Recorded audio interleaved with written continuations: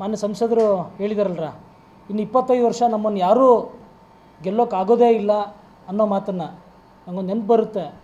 ಕಳೆದ ವಿಧಾನಸಭೆ ಬಿಟ್ಟು ಹಿಂದಿನ ವಿಧಾನಸಭೆಯಲ್ಲಿ ಕಾಂಗ್ರೆಸ್ ಪಕ್ಷದ ಮಾನ್ಯ ಮುಖ್ಯಮಂತ್ರಿಗಳಾದಂಥ ಸಿದ್ದರಾಮಯ್ಯನವರಿಂದ ಹಿಡಿದು ದಾವಣಗೆರೆ ಜಿಲ್ಲೆಯ ಸಚಿವರಾಗಿದ್ದಂಥ ಮಲ್ಲಿಕಾರ್ಜುನ ಅವರಿಂದ ಹಿಡಿದು ಕ್ಯಾಬಿನೆಟ್ನ ಎಲ್ಲ ಸಚಿವರು ಸೋತಿದ್ರು. ಅದನ್ನು ನಾವು ನೋಡಿದ್ದೀವಿ. ಇವ್ರು ಗೆದ್ದಿದ್ದನ್ನು ನೋಡಿದ್ದೀವಿ, ಅದನ್ನು ಕೂಡ ನಾವು ನೋಡಿದ್ದೀವಿ. ಈ ಕರ್ನಾಟಕದ ಕರ್ನಾಟಕ ರಾಜ್ಯದ ಜನ, ಭಾರತೀಯ ಕ್ಷಮಿಸಿ ಹಾಗೆ ಜಿಲ್ಲೆಯ ಜನ ಎಲ್ಲದನ್ನೂ ಸೂಕ್ಷ್ಮವಾಗಿ ಗಮನಿಸ್ತಾರೆ. ಹೊಸದಾಗಿ ಸಂಸದರಾಗಿದ್ದಾರೆ, ಒಳ್ಳೆ ಕೆಲಸ ಮಾಡಲಿ. ಅದು ಬಿಟ್ಟು ಈ ಥರದ ಅಹಂಭಾವದ ಮಾತನ್ನು ಮಾತಾಡಿದರೆ ಈ ಜಿಲ್ಲೆಯ ಜನ ಒಪ್ಕೊಳ್ಳಲ್ಲ ಅಂತ ನಾನು ಅಂದ್ಕೊಳ್ತೀನಿ. ಅದಕ್ಕೊಂದು ಉದಾಹರಣೆ ಹೇಳ್ತೀನಿ. ಮಲ್ಲಿಕಾರ್ಜುನ ಅವರು MLA ಎಲೆಕ್ಷನಲ್ಲಿ 25,000 ರಿಂದ 26,000 ಲೀಡಲ್ಲಿ ಗೆದ್ದಿದ್ರು. ಅದೇ MP ಎಲೆಕ್ಷನಲ್ಲಿ ಅಷ್ಟೇ 26,000 ಓಟ್, ಹತ್ತತ್ರ 26,000 ಓಟಿಂದ ಸೋತು. ಅಂದರೆ ಲೀಡನ್ನು ಕಡಿಮೆ ಮಾಡಿದ್ದಾರೆ ಕಾಂಗ್ರೆಸ್, ಅಂದರೆ ಮಲ್ಲಿಕಾರ್ಜುನ ಅವ್ರಿಗೆ. ಅಂದರೆ ಭಾರತೀಯ ಜನತಾ ಪಾರ್ಟಿಗೆ ಎಕ್ಸ್ಟ್ರಾ ಓಟ್ ಬಿದ್ದಿದ್ದಾವೆ. ಸ್ವಲ್ಪ ಯೋಚನೆ ಮಾಡಲಿ. ದಾವಣಗೆರೆ ಜನ ಭಾಳ ಸೂಕ್ಷ್ಮವಾಗಿ ಯೋಚನೆ ಮಾಡಿ ಕೆಲಸ ಓಟ್ ಮಾಡ್ತಾರೆ. ಅದನ್ನೊಂದನ್ನು ಇಟ್ಕೊಂಡು ಯೋಚನೆ ಮಾಡಿ ಮುಂದಿನ 5 ವರ್ಷ ಅವರು ಏನು ಸಾಕಷ್ಟು ಆಶ್ವಾಸನೆಗಳನ್ನು ಕೊಟ್ಟಿದ್ದಾರೋ ಅವೆಲ್ಲವನ್ನೂ ಈಡೇರಿಸೋ ಹತ್ರ ಗಮನ ಹರಿಸಲಿ ಅಂತ ನಾನು ಆಗ್ರಹ ಪಡಿಸ್ತೀನಿ. ಜೊತೆಗೆ ಏನು ನಿನ್ನೆ 420 ಕೋಟಿ ಹಣದ ಕುಡಿಯೋ ನೀರಿನ ಯೋಜನೆಯನ್ನು ಉದ್ಘಾಟನೆ ಮಾಡಿದ್ರಲ್ಲ, ಸಂತೋಷ. ಅದು BJP ಅಧಿಕಾರದಲ್ಲಿ ಬಂದಂಥ ಅನುದಾನ. ಈ ಥರ ಯಾವುದೋ ಸರ್ಕಾರದ ನಮ್ಮ ಸರ್ಕಾರದ ಅನುದಾನವನ್ನು ಶಂಕುಸ್ಥಾಪನೆ ಮಾಡೋದು ದೊಡ್ಡ ಸ್ಥಿತಿ ಅಲ್ಲ. ಮಾಡಲಿ, ಬೇಡ ಅಂತ ಹೇಳಲ್ಲ. ಸ್ವತಃ ತಾವುಗಳು ತರಲಿ. ITBT ಪಾರ್ಕ್ ವಿಚಾರದಾಗೂ ಮಾತಾಡಿದ್ದಾರೆ. ಅದನ್ನು ಹಿಂದೆ ನಮ್ಮ ಸರ್ಕಾರದಾಗೆ ಬಂದಿದ್ದು, ಅದರದ್ದು ಪ್ರೋಸೆಸ್ ಕೂಡ ನಡೀತಾ ಇದೆ.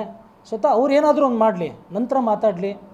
ಈ ಥರ ಹೊಸ ಜನ್ರೇಷನ್ನಿನ ಮೆಚ್ಯೂರ್ಡ್ ಸಂಸದರು ಅಂತ ನಾವು ಅಂದ್ಕೊಳ್ತಿದ್ವಿ. ಇವರು ಕೂಡ ಕೆಸರೆ ಅರ್ಚಾಟದಲ್ಲಿ ಪಾಲ್ಗೊಳ್ಬಾರ್ದು ಅಂತ ಆಗ್ರಹ ಪಡಿಸ್ತೀನಿ. ಹಾಗೆ ಮೋದಿಜಿಯವ್ರ ಬಗ್ಗೆ ಕೂಡ ಸದನದಲ್ಲಿ ಮಾತಾಡಿದ್ದಾರೆ, ವಿಶ್ವಗುರು ಹಾಗೆ ಹೀಗೆ ಅಂತಂದೇಳಿ. ಖಂಡಿತವಾಗಿ ಮೋದಿಜಿಯವ್ರನ್ನ ಅವರೇನು ಸ್ವತಃ ಅವರು ವಿಶ್ವಗುರು ಅಂತ ಹೇಳ್ಕೊಂಡಿಲ್ಲ. ಈ ದೇಶದ ಜನ, ವಿಶ್ವದ ಅಗ್ರಗಣ್ಯ ನಾಯಕರುಗಳು ಒಪ್ಕೊಂಡಿದ್ದಾರೆ, ಸುಮ್ಮನೆ ಒಪ್ಕೊಂಡಿಲ್ಲ. ಆರೋಗ್ಯದ ವಿಚಾರದಾಗಿ ಮಾತಾಡಿದ್ರು.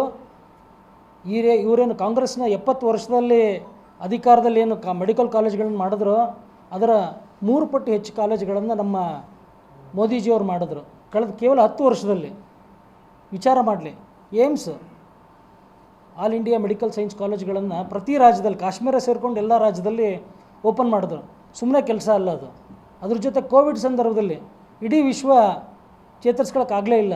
ಆದರೆ ಭಾರತ ಇಷ್ಟೊಂದು 140 ಕೋಟಿ ಜನ ಇರೋವಂಥ ಭಾರತಕ್ಕೆ ಉಚಿತವಾಗಿ ಲಸಿಕೆ ಕೊಟ್ಟು, ಬಡವರಿಗೆ ಜೀವನ ಆಧಾರಿತವಾದಂಥ ಅವಶ್ಯಕ ವಸ್ತುಗಳನ್ನು ಫ್ರೀಯಾಗಿ ಕೊಟ್ಟು ಇಡೀ ದೇಶವನ್ನು ಮುನ್ನಡೆಸಿದರು.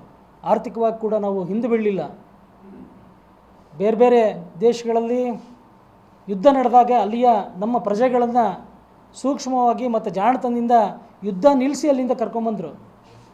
ಸುಮ್ಮನೆ ಕೆಲಸ ಅಲ್ಲ. ಯಾವುದೇ ವಿಶ್ವದ ನಾಯಕನಿಗೆ ಇಷ್ಟೊಂದು ದೊಡ್ಡ ಇಂಥ ಕೆಲಸ ಮಾಡೋಕ್ಕಾಗಲ್ಲ. ಅದ್ರ ಜೊತೆಗೆ ಏನು ಮೆಡಿಕಲ್ ಕಾಲೇಜ್ ಬಗ್ಗೆ ಇವ್ರು ಮಾತಾಡ್ತಾ ಹೇಳಿದ್ರು. ನಿಜವಾಗ್ಲೂ ಇವ್ರಿಗೆ ಕಾಳಜಿ ಇದ್ದಿದ್ದೆ ಆದರೆ ಆರೋಗ್ಯದ ಬಗ್ಗೆ.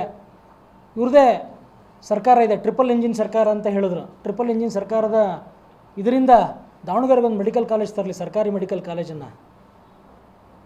ಇರೋ ಸರ್ಕಾರಿ ಆಸ್ಪತ್ರೆಯನ್ನು ಬಳಸ್ಕೊಂಡು 2 ಕಾಲೇಜನ್ನು ನಡೆಸ್ತಿದ್ದಾರೆ. ಹೆಚ್ಚು ಕಡಿಮೆ ಇಡೀ ದೇಶದಲ್ಲಿ ದೊಡ್ಡ ಸಂಖ್ಯೆಯಲ್ಲಿ ಸೀಟ್ ಇವ್ರಿಗೆ ಸಿಗುತ್ತಿದೆ ಅಂತ ನಾನು ಅಂದ್ಕೊಳ್ತೀನಿ. ನಿಜವಾದ ಕಾಳಜಿ ಇದ್ದರೆ ದಯಮಾಡಿ ಸರ್ಕಾರಿ ಕಾಲೇಜನ್ನು ದಾವಣಗೆರೆಗೆ ತರಲಿ. ಇಲ್ಲಿವರೆಗೂ ಯಾಕೆ ಬಂದಿಲ್ಲ ಅಂತ ಓಪನ್ ಸೀಕ್ರೆಟ್ ಎಲ್ರಿಗೂ ಗೊತ್ತಿದೆ. ಮೆಡಿಕಲ್ ಕಾಲೇಜ್ ಯಾಕೆ ಬಂದಿಲ್ಲ ಅಂತಂದೇಳಿ ಅದನ್ನು ಯೋಚನೆ ಮಾಡಲಿ.